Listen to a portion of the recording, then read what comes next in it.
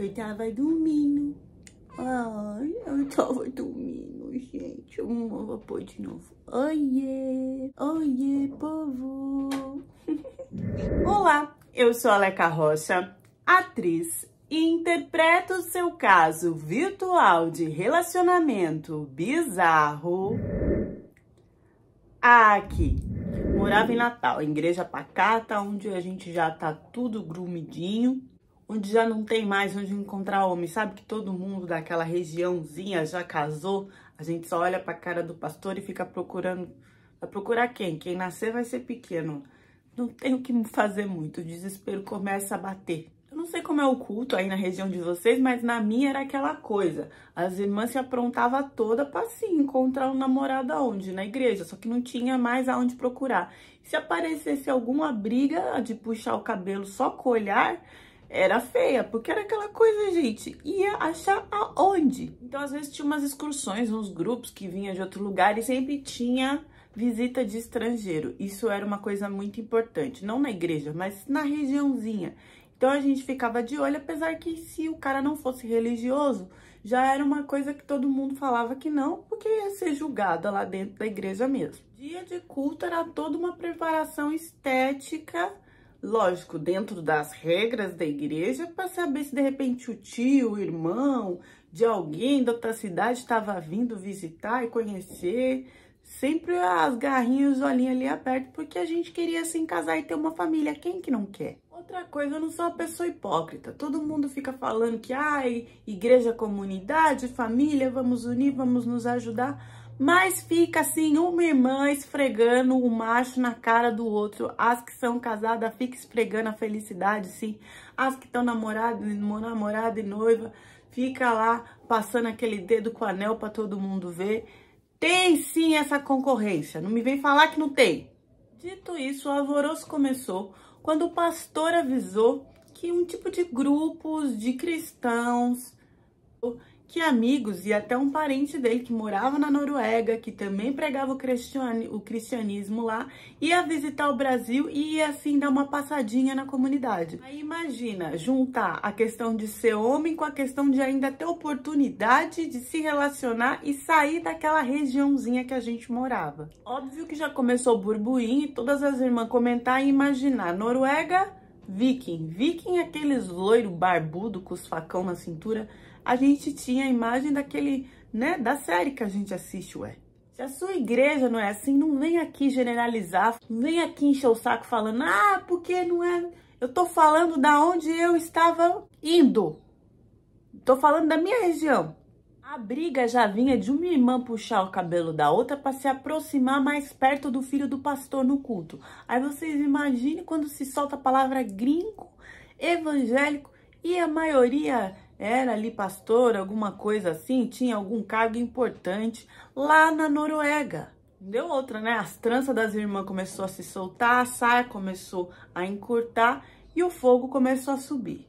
Eu mesma, que era uma das que menos tinha esperança naquele lugar, já estava cuidando todo do meu cabelo de prancha, um dia todo praticamente arrumando aquele cabelo na prancha e pedindo, Senhor, que seja feita a sua vontade, porque eu não quero morrer solteira. A data foi marcada e o alvoroço, que já não tinha mais horário nem no salão, porque era a irmã marcando o salão, comprando roupa só para aquele dia especial, parecia que era a comemoração do Natal. Eis que chega o dia, nessa hora, nesse dia, né, todo mundo queria abrir a igreja, todo mundo queria ajudar na parte voluntária, não faltou ninguém, pelo contrário, estava lotada. Tinha gente já na porta antes da igreja abrir e nada desse grupo chegar. Esse grupo só chegou lá pela metade de toda a situação. E aí, quando a gente virou pra ver o grupo, que a gente tava esperando aqueles homens arrão, né? Só tinha gordinho com cara de quiconhonho e com as bochechas rosadas. A maioria só falava inglês, alguns arranhavam no português. Mesmo assim, eles continuavam sendo norueguês, até rimou. Eu não achei que fosse lotar tanto. Como eu estava acostumada com a igreja super vazia, eu fui no horário. Por eu chegar no horário, já tinha um monte de gente na minha frente, então eu fiquei nas últimas fileiras. Não tinha nem como chamar atenção, como alguém me ver. Mas mesmo assim, um deles, o mais gordinho, lá da frente, virava. Falei, ele tá virando pra ver a igreja? Ele tá virando pra ver 50 das irmãs que estão na minha frente? Não sei, eu podia estar viajando, podia estar muito iludida, mas ele tava fixando o olhar em mim. Esfreguei o olho, olhei, mudei de lugar lá no fundo, ele mudava pro lado que ele virava. A única coisa que eu foquei era ver se não tinha aliança no dedo, não tinha, então de alguma hora eu ia entender o que estava acontecendo ali. No fim do culto, tem comes e bebes, então essa é a hora que a gente socializa, tal. Achei que ali talvez ele fosse se aproximar. Afinal, era só uma visita, eles iam passar em várias regiões, outros estados do Brasil. E na hora dos comes e bebes, esse moço ficou de longe, metralhando o olhar em mim, mas não chegou e não falou nada. Falei, gente, que frustração, né? Pegou meu número lá com as informações, com certeza com o pastor ou com a mulher do pastor. E depois de uns 2 ou 3 dias me mandou mensagem falando, ah, você lembra, eu fui na sua comunidade, não sei o quê, agora eu tô na região tal. E aí começava a mandar foto da região e eu respondendo e falando, ah, que legal. E aí nisso a gente começou a conversar, tudo que ele tinha dúvida ou medo ele me perguntava, até que a gente se adicionou nas redes sociais, eu fui dar uma olhadinha nas fotos e comecei a ver que ele sempre estava postando nos stories fotos com meninas de biquíni. Ele não tinha me pedido em namoro, eu não tinha nada com ele, mas eu fiquei com ciúmes. E parei de responder ele, simplesmente deixei ele pra lá, sei lá, uns 3, 4 dias que ele mandou mensagem e eu não retornava. E aí ele começou a me ligar freneticamente até eu responder ele. Quando eu finalmente respondi, ele já veio perguntando, nossa, você ficou brava comigo por causa disso? O que que é?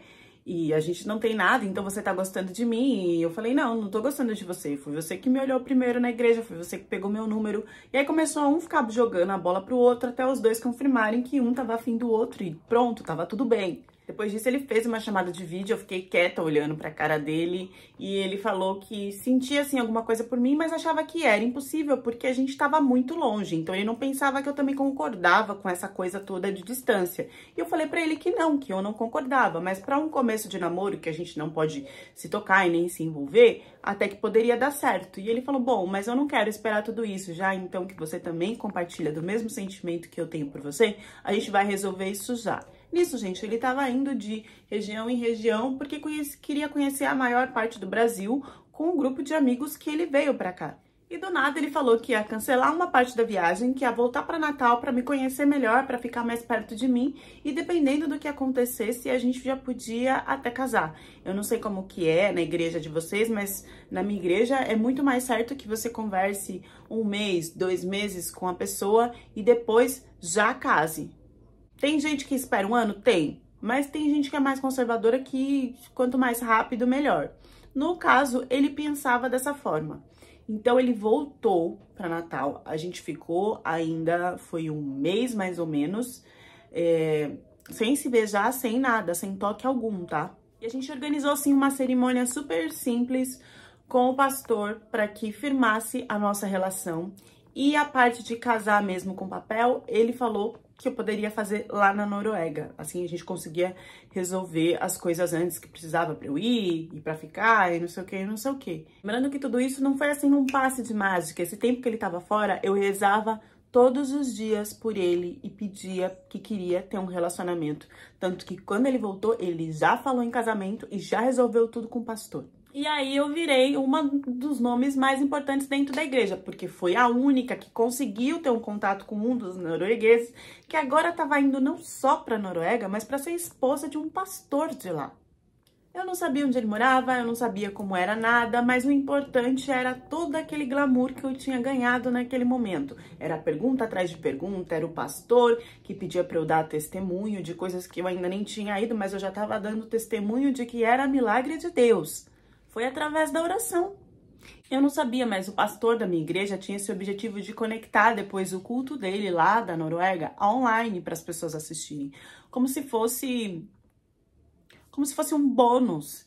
E para aquelas pessoas ali da região de Natal era uma coisa tipo internacional, supervisada, que traria até mais fiéis. Eis que chegou o meu dia de ir, estava quase sendo tratada como uma primeira dama né? Aquela que rezou e conseguiu os resultados através do Espírito Santo. A imagem de que a Noruega era um lugar mágico, porque se sabia que era um dos lugares mais desenvolvidos economicamente, sempre esteve na minha mente. E apagou-se assim que eu cheguei, porque quando eu cheguei, já nas primeiras ruas, primeiro que onde a rua assim da casa dele, se cortava com uma linha de trem. E era uma linha de trem que tinha entradinhas e muros com grafites. Grafite na Noruega. Me passava-se uma imagem de que seria um lugar super limpo e tinha lixo no chão. Quando eu fui olhar para as pessoas, eles não pareciam noruegueses, porque não era todo mundo branquelo, loirinho do olho claro. Eu olhava de um lado, tinha turco, do outro lado tinha gente indiana, gente do Afeganistão, africana, então tinha em penca. E tinham lojas especializadas em produtos para cabelos crespos, lojas de comida turca, lojas de comida árabe e mulheres de hijab. Eu fui olhando aquela região, os prédios, que era uma coisa que, tipo, na Noruega, eu sei que eles sempre estão renovando, arrumando, né? Lá era tudo antigo, não se tinha renovação, reforma. Então, tudo que eu pesquisei da Noruega não estava naquele lugar que eu comecei a observar quando eu cheguei e me falaram que eu estava na Noruega.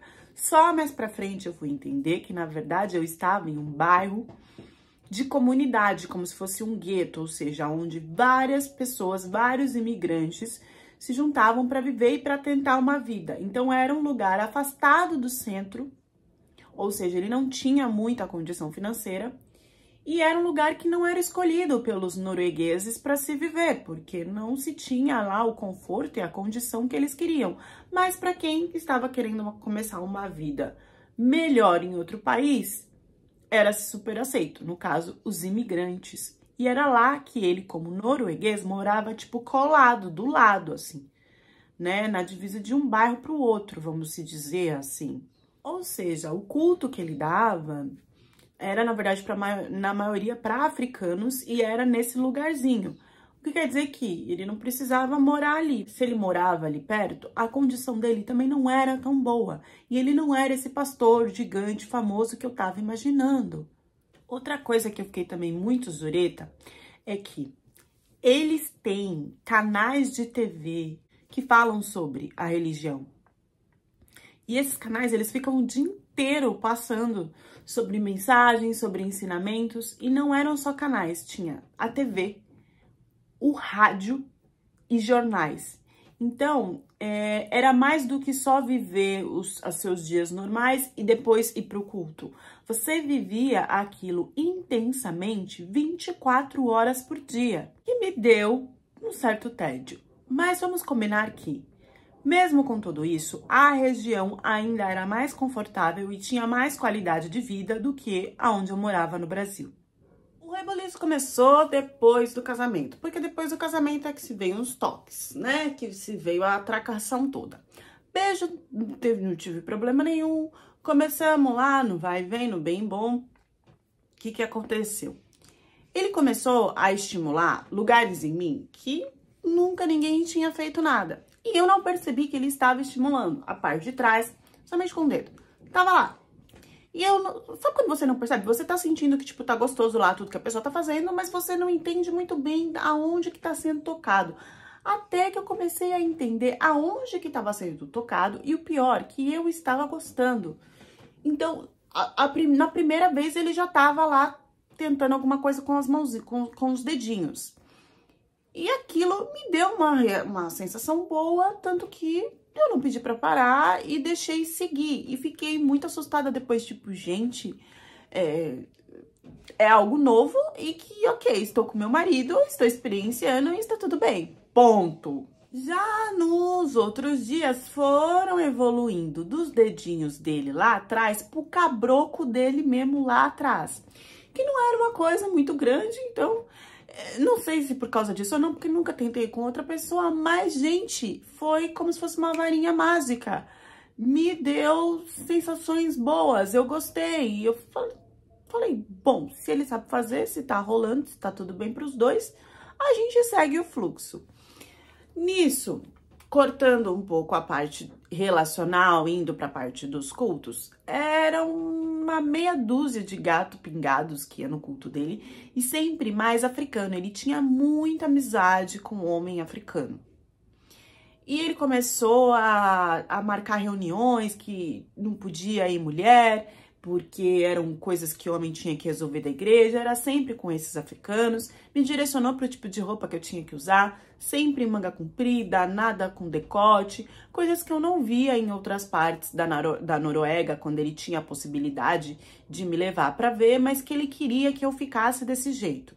Minha família, todo mundo lá do Brasil sempre mandando mensagem para saber de como que tava a minha vida de primeira dama lá na Noruega, e eu comecei a mentir, porque eu sabia que a imagem que se tinha criado minha era uma coisa totalmente diferente do que eu tava vivendo. Era como se eu estivesse vivendo em um bairro tranquilo do Brasil, sabe, gente? Não tava rica e também não era a mulher do pastor mais conhecida.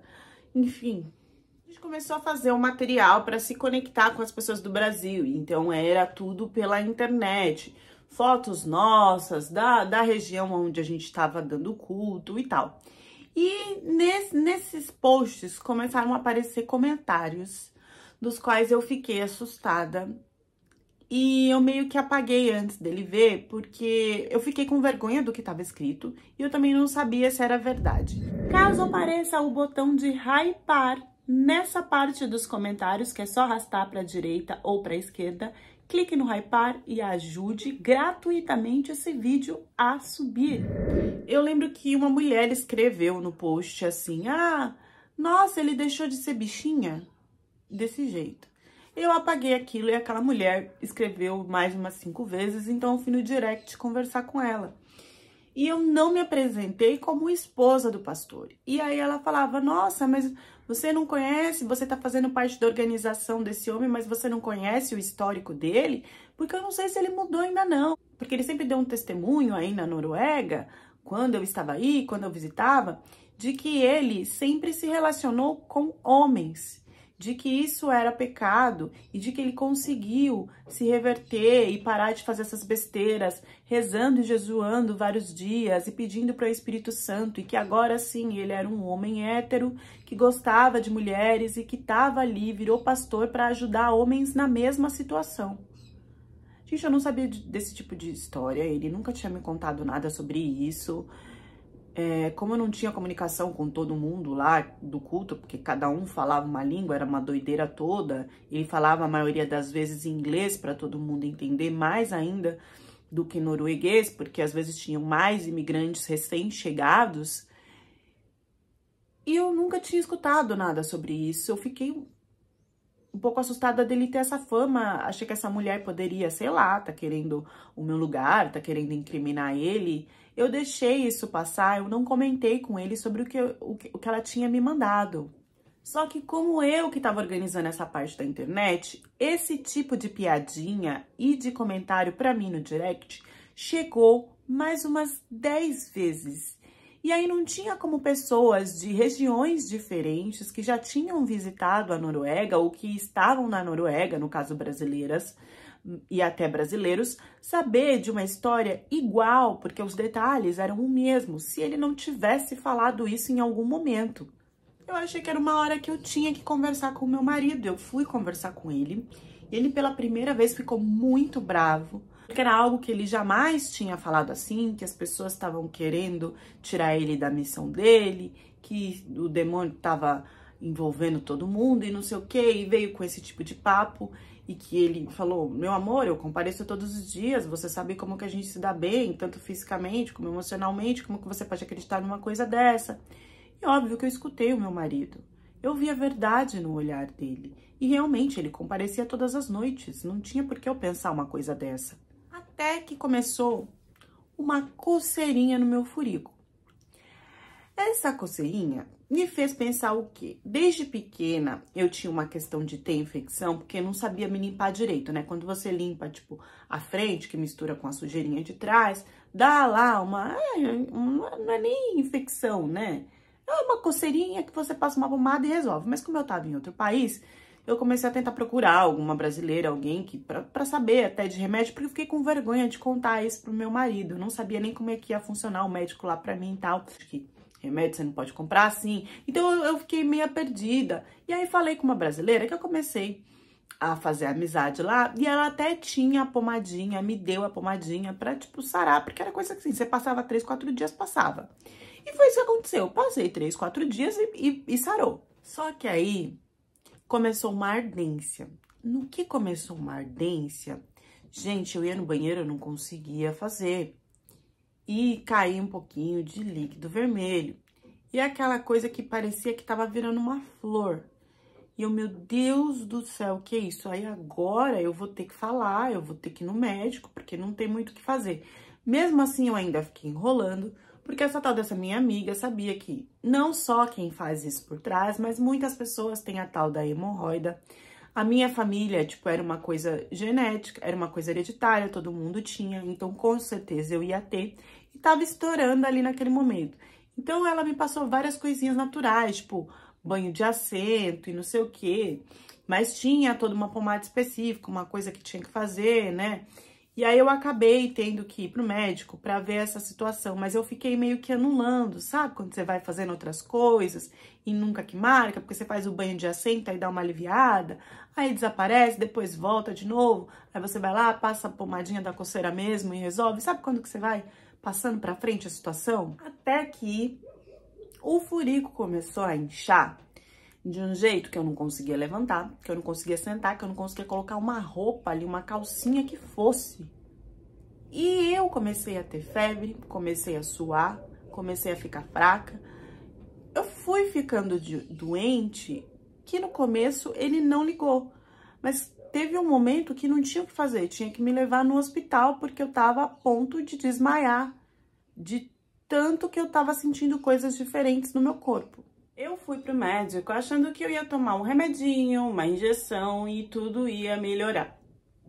Só que não foi muito bem assim, porque chegando lá eu tive a informação de que eu tava com uma infecção generalizada, que eu teria que ficar internada e não seria por pouco tempo e estaria numa situação muito grave. Que essa infecção, ela tinha sido desenvolvida assim lá atrás, mas que não era algo por falta de higiene minha, ou até mesmo por eu ter hemorroida, alguma coisa assim, não. Era uma infecção que estava crescendo por causa de uma doença ser transmissível. Não era algo que se podia construir entre o casal, era algo muito comum de homem pegar com homem, porque era passado por se colocar um membro lá atrás. Então, a partir do momento que eu não tive relação com nenhum outro homem além do meu marido, e que só o meu marido colocava o membro lá atrás, então o meu marido estava colocando o membro dele atrás em outras pessoas. Essa informação só me foi dada depois de um tempo que eu já estava internada lá no hospital. E aí é que veio a loucura. Eu fiquei 2 semanas internada, ficou tudo inchado. Foi um sofrimento para tratar isso e para eu ainda escutar do meu marido. Ele então estava desconfiando de que eu tinha saído com outra pessoa e que a gente teria que resolver isso. Sendo que eu não conhecia ninguém lá e nem com o pé para fora da casa eu colocava. Depois de muito sofrimento no hospital, eu voltei para casa e quando eu voltei para casa, eu dei de cara com um africano que o meu marido disse que estava ajudando porque era um imigrante que estava sem condições e queria dormir em um dos quartos da nossa casa. E iria dormir não, estava dormindo já enquanto eu estava internada por 2 semanas. Que eu também não fui comunicada. E aí, na frente desse homem, que eu nem sabia porque que estava na minha casa, a gente começou a brigar por causa dessa situação. Porque então ele tinha se envolvido sim com uma outra pessoa. E não me passava pela cabeça a questão de separar, porque primeiro a gente tenta resolver com o marido, porque eu estava em um outro país, porque tinha toda uma imagem a se zelar do que a gente estava construindo entre Brasil e Noruega, entre a minha família, a pastora, a comunidade, tudo. Ia vir tudo por água abaixo. E eu não iria largar a situação. O certo seria eu largar a situação, mas com tudo isso, eu ainda estava tentando resolver. A coisa ficou pior quando esse africano, depois de um tempo, começou a ter os mesmos sintomas que eu tive. Aí não teve muito para onde ele fugir, porque não teria como ter essa coincidência. O cara foi também para o hospital na mesma situação que eu tava, pela mesma coisa lá atrás. Aí eu entrei em crise, eu só chorava, depressiva, porque eu não conseguia perdoar ele dessa situação. E ali ele ainda revertia toda a situação para que eu não tinha que perdoar nada, que eu tinha que continuar vivendo e fazendo os meus afazeres de esposa, porque homem erra mesmo e é isso. Que ele iria se ver com Deus, que ele iria pedir perdão para Deus, mas que isso jamais poderia quebrar o nosso matrimônio. E ele falava isso porque era ele que me controlava financeiramente. Se eu quisesse sair da Noruega, eu não ia conseguir sair.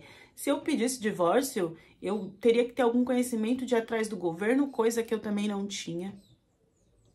E nisso, ele começou a mostrar a verdadeira face dele, que era, na verdade, sair com vários homens. E o desejo dele era sempre maior pelos africanos. Tudo pode piorar, e no meu caso piorou, porque eu tinha que fazer a esposa da igreja sensata durante o dia e à noite chorar porque eu não tinha mais nenhum apoio dele, nenhuma proteção, e ele sumia, porque aí já estava escancarado tudo que ele fazia, que era assim o depoimento que ele deu e que ele tinha se recuperado para virar pastor, uma grande mentira.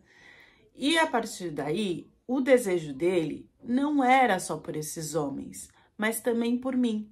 Só que ele era uma pessoa que não estava nem aí para ir no médico e não estava nem um pouco preocupado com o que ele iria passar ou não para as outras, e por isso ele não usava camisinha.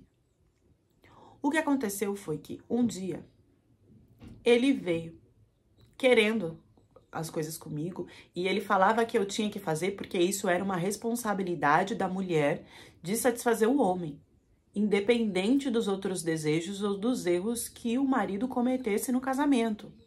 E eu tava ali para seguir tudo que ele falava. Então ele vinha assim ter relações comigo. E um dia, o meu marido estava no banho e ele me chamou. Disse que eu queria, se atracar comigo lá no banheiro. E eu fazia isso como uma serviçal mesmo. E quando eu fui no banheiro, que eu abri a porta do banheiro, que ele virou o box, juro pra vocês, o membro dele tava parecendo uma couve-flor. Você já deixou o seu like? O último vídeo deram 1000 likes em 1 hora e com isso o vídeo subiu e viralizou. Deixa o seu like e ajude esse canal a subir. Juro pra vocês, o membro dele tava parecendo uma couve-flor, de tanta verruga. Eu suei frio, eu tremi, eu olhei aquilo, eu falei, isso não tá legal, isso não é assim, você precisa ir no médico. E ele olhava naturalmente e falava, não, eu não vejo nada de errado aqui. Você que tá inventando coisa pra não cumprir com as suas obrigações. Eu quero você agora. E eu falando que não tinha condições, que eu não ia fazer aquilo. E ele me forçando. A partir daí ele começou a me forçar a fazer as coisas com ele, independente da situação que ele estava, que o membro dele estava. Foi aí que eu peguei mais uma doença assim, transmissível. E essa, ela aparecia de acordo com a minha imunidade está baixa, ou seja, ela nunca saía de mim, porque não tinha como eu ficar bem com toda aquela situação. E sabendo que a cada dia que ele chegasse, eu podia pegar algum tipo de doença diferente. Aquele africano nunca mais voltou para nossa casa, mas isso não quer dizer que outros começaram a aparecer, um atrás do outro. eu achei que eu poderia ter uma fuga, conversando com o pastor da minha igreja.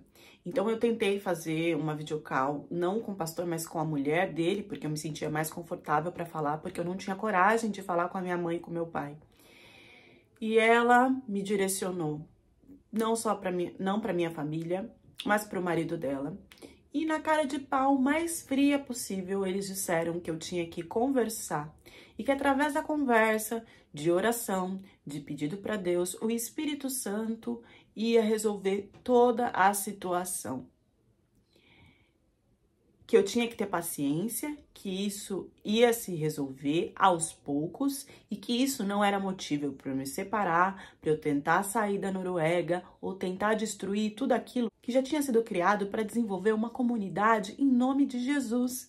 Que isso com certeza eram energias malignas que estavam tentando quebrar todo o crescimento que seria através da propagação da palavra. E a parte pior vem que quando dentro desse desespero eu tentei falar com os meus pais, para ser mais específica com a minha mãe, e a minha mãe silenciou e disse que não poderia fazer nada diferente do que o pastor e a pastora tivessem falado para mim. Com todas essas sensações, feridas no corpo, febre e tal, todas essas coisas que eu sentia, que querendo ou não, o tratamento estava sendo bancado por ele. Como que eu ia sair dali? Como que eu ia fugir? Quantos passos eu ia conseguir dar sem desmaiar e sei lá o que ia acontecer comigo? Eu não tive saída. Eu fui ficando e ficando cada vez mais doente e cada vez mais usada e cada vez mais mentindo para todos aqueles, tanto no Brasil como na Noruega, que acreditavam numa família feliz, que acreditavam na pregação, porque esse tipo de situação e de doença não estava nem no meu rosto e nem no rosto dele. Não dava para ver pelos nossos olhares. Quem sofria mais era eu, porque mulher é tudo para dentro, né? Homem é tudo para fora. Então mulher é tudo mais rápido de sentir, de sofrer e tal. Então, enquanto ele não tava nem aí com aquelas coisas todas para fora no membro dele, eu tinha que ficava indo pro hospital e voltava sofrendo, e era um horror, era um terror que não acabava, porque eu lembro que de uma dessas vezes que eu fui pro hospital, que eu voltei, ele simplesmente me trocou de lugar. Então, no quarto agora estava ele e um novo africano. E eu que ficasse no sofá ou em um quarto que a cama já nem estava mais lá. Tudo isso com ainda tendo que escutar sofrimentos e coisas de mulheres que iam no culto e que também descreviam e que eram muito parecida com o que eu estava passando, e eu tinha que fingir que eu não tinha noção do que seria isso e ainda tentar aconselhar, ainda tentar ser aquela mulher de bem que era calma, que trazia paz, que era muito bem cuidada e que estava conectada com Jesus e que vivia num lar de bênção.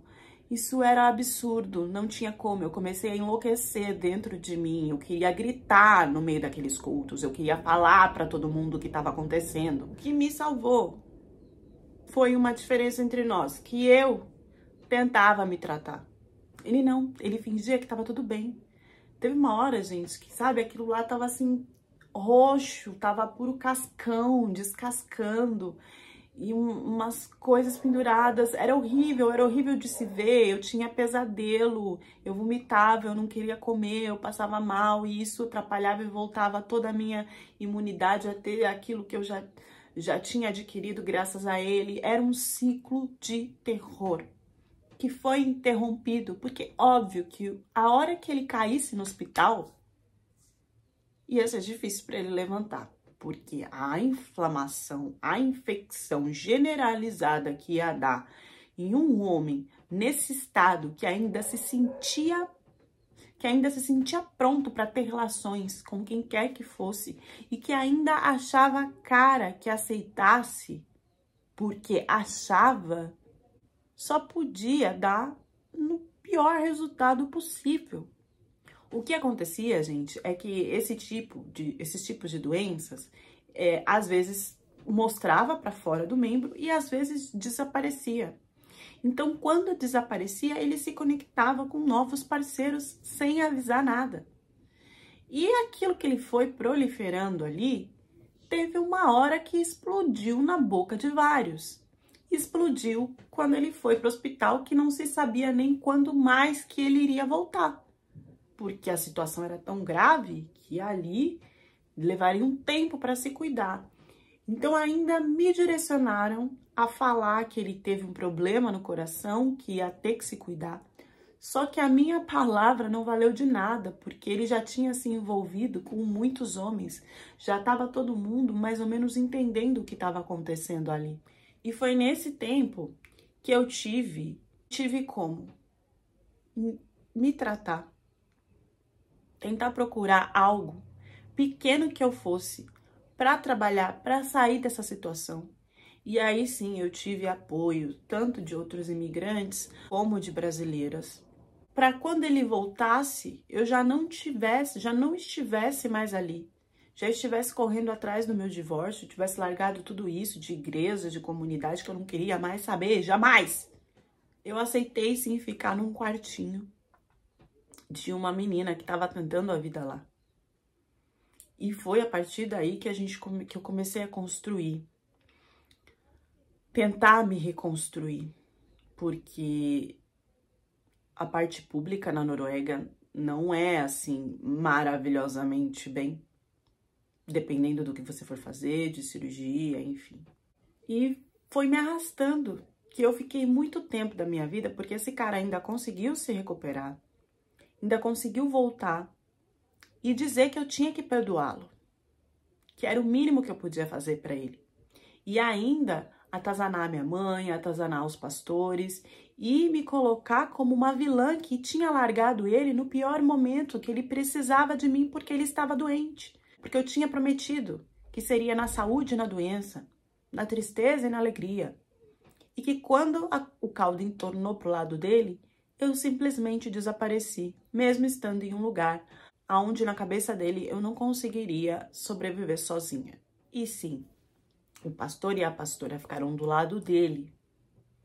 A minha mãe e o meu pai silenciaram para continuar indo na igreja lá em Natal. E eu me vi sozinha, sendo auxiliada por pessoas desconhecidas, que eu pude confiar mais do que a minha própria família e a minha própria comunidade religiosa. Eu me canso de ler comentários, ah, mas a igreja não é assim, ah, mas não é, faz isso, ah, mas o cântico não é isso. Gente, respeitem a experiência da depoente. Respeitem o modo que eu roteirizo para ficar mais popular para todo mundo. Então, que isso eu estou falando o depoimento de uma pessoa. Eu não estou falando que toda igreja é assim. Eu não estou falando que todo muçulmano é assim. Eu tenho que ficar repetindo isso todos os vídeos, porque eu acabo recebendo comentários de pessoas que querem desvalorizar a história porque a regra não é assim. Tudo bem, gente, mas com a pessoa aconteceu assim. Entre milhares de camadas, o que eu tiro da história de hoje é o que pode acontecer quando a gente age pela empolgação, ao invés de esperar e observar e ver realmente o que está por trás daquilo que está chegando para você como algo maravilhoso. Outra coisa importante, a ideia de se estar em um outro país que vem conectada com a ideia de que você vai ter uma qualidade de vida melhor e que você vai ter uma vida financeira melhor, o que é mentira. Todas as regiões do mundo têm a parte do gueto, da comunidade, da favela. E se você não procura saber aonde esse cara mora, você está correndo risco. Eu acredito sim que muitas pessoas podem se recuperar através da palavra, através de se conectar com Deus, com a religião, mas acredito também que muitos usam isso para dizer que se recuperaram de uma coisa que ainda vivem. Só para ter aprovação, dinheiro e status. Poderia ter acontecido com um pastor aqui no Brasil, com essa moça, como aconteceu lá na Noruega, sim, mas aqui no Brasil ela poderia ter dado um pé na bunda desse homem com mais facilidade antes dele forçar ela a ter relações com outros tipos de doença.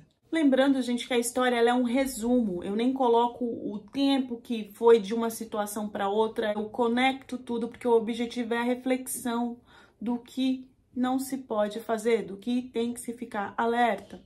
Então, por favor, fica um monte de gente, porque não, na Noruega, o hospital, ela precisaria disso e disso.